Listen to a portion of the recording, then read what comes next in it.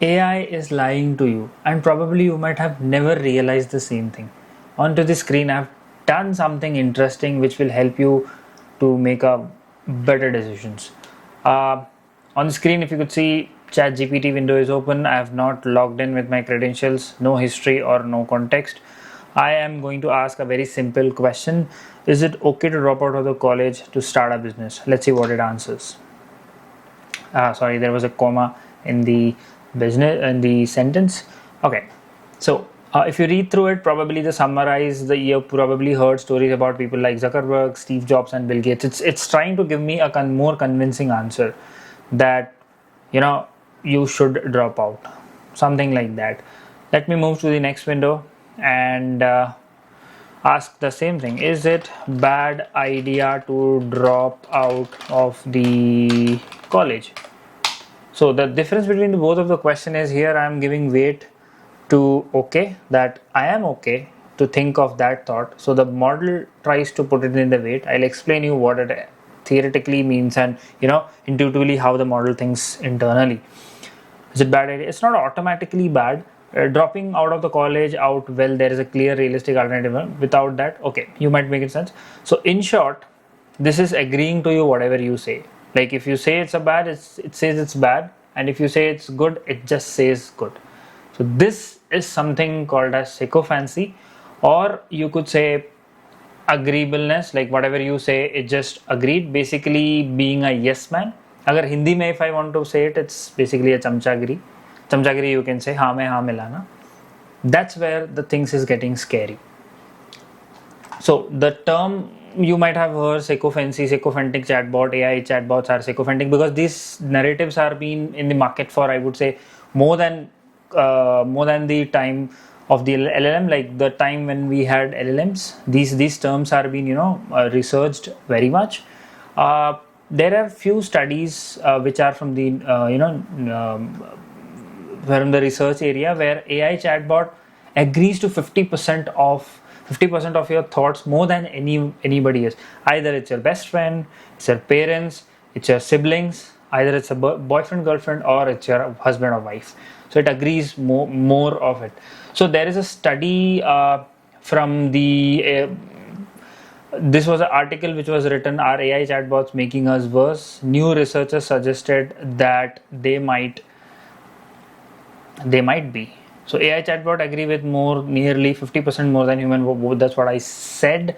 Chatbots often validate human errors, etc.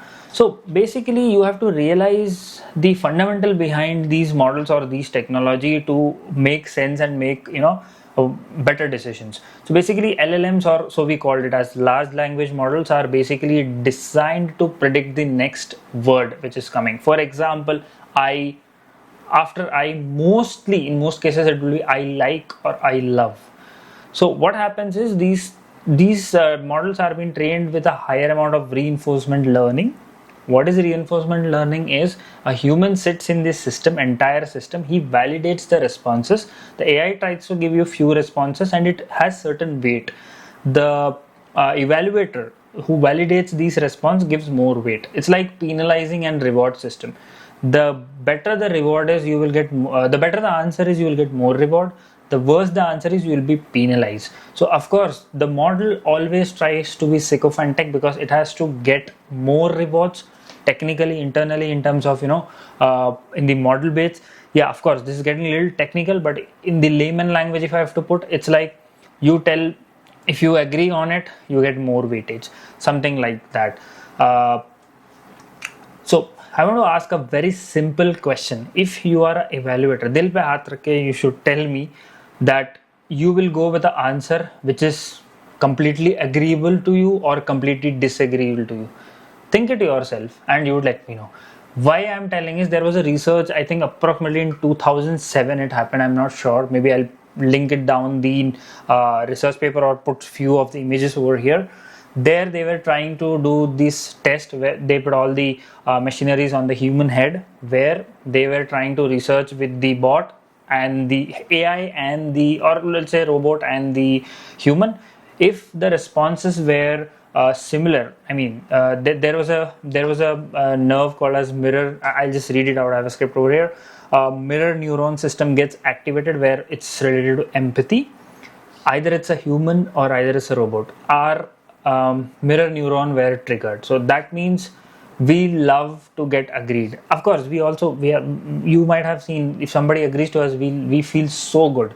So AI is tricking us there. So we should be very careful about that. And there was a I'm not sure about there was a MIT professor.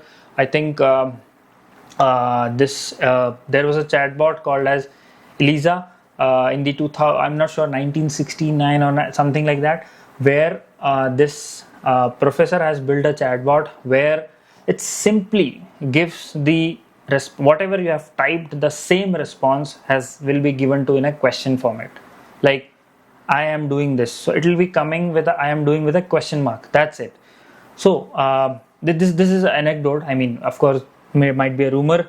The secretary for this professor has requested him to I need a personal time with the chatbot to move out of the room. So you can see that how it plays around with the brain. These are few anecdotal things. Of course, in the video it will not make sense. I'll try to add as many screenshot or as many reports down below so that you can explore this if you are really interested in this area. And in 2025 also there were few studies where the stock market traders were really agreeing to these sycophantic models.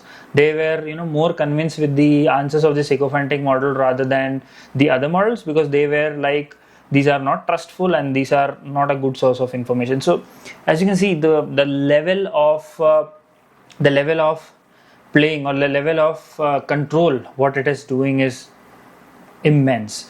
And then a very recent interesting Youth Pulse report of 2025, which is really scary. That's why I want to put out this video, and it should reach as many people as possible, because the youth which are being like around in their schools or in the late teens, they might be using a lot of AI and they think that मुझे हमें सब पता है, हम सारे assignment we'll do. But hear me out for a minute. This is either you ruin you or this is gonna make you productive. In this report, Youth Pulse report, I'm just reading it out. I'll be putting the screenshots. 50%, 70%, 57% of the respondents have used AI for emotional support. I don't understand why people rely on AI for emotional support. Yeah, of course, I understand that we live in a country where counseling or therapies are really expensive. One session costs around 2 to 5 to 7,000 depending on the level of counseling you are taking. Other is 40% of the often tell AI things they don't want sharing with a person. So something like personal life or their intimate life scene and all those things. So this is really strange, and this is 2025 report. Imagine if you take this report 2026, 2027, when the AI will reach more people, the penetration of AI will take more. 52% of the young women have used AI to share their thoughts which they won't even tell. It's really scary and very saddened to see these sort of numbers. 88% of the school students use AI during the moment of stress or anxiety. So they might be telling something which they cannot share with their parents, they cannot share with their siblings. 43% of the small town youth report emotional confiding in the AI higher than metro respondent. Yeah, again, lack of friend circle and all those stuff. 42% of all the users say that they are likely to talk to friend or family after using AI. Likely, okay. 67% worry about increased socialization due to emotional AI. ChatGPT is far most dominant AI platform. Okay, that's fine. So, if you see, this is a really scary stuff, and you have to take control of it. I want to show you something interesting onto the screen. So to save this, I have built some sort of guardrail. Essentially, you can also use this. It's not a hard and fast rule. I have done something like that. If you go to, this is my ChatGPT login profile. There is something called as personalization. If you put it, this is what I have put it. I mean, you can also, I'll put down in the description box below. Be forward looking. Don't beat around the bush. Be action oriented in your response. Don't complain or vent. Don't sugarcoat. If I'm wrong, tell me, push me, become better with the each responses. Be innovative and think outside the box. Do not ever use em dashes. This is very common. If you write a big article, this is this is very silly stuff, but you can add this. Let's try something interesting. I'm going to ask the same question again here, but you will see the difference. Yes, but most people shouldn't. If you see, in the fraction of second you are getting to the correct answer. So imagine, this is what I was talking about. Let me ask the other way also, the other side as well. Is dropping out a bad idea? Is dropping out a bad idea? Let's see how it goes. Yes, it's a bad idea. So I would just want to leave this video over here. If you understand it, what I was trying to convince is that you just need to notice what I wanted to convey here. So the real question is not that is AI really manipulating? No. The real question lies is, are you controlling the AI, or AI is being controlled by you and your thought processes? Do let me know in the comment section, and I hope to see you in my next one. Bye guys.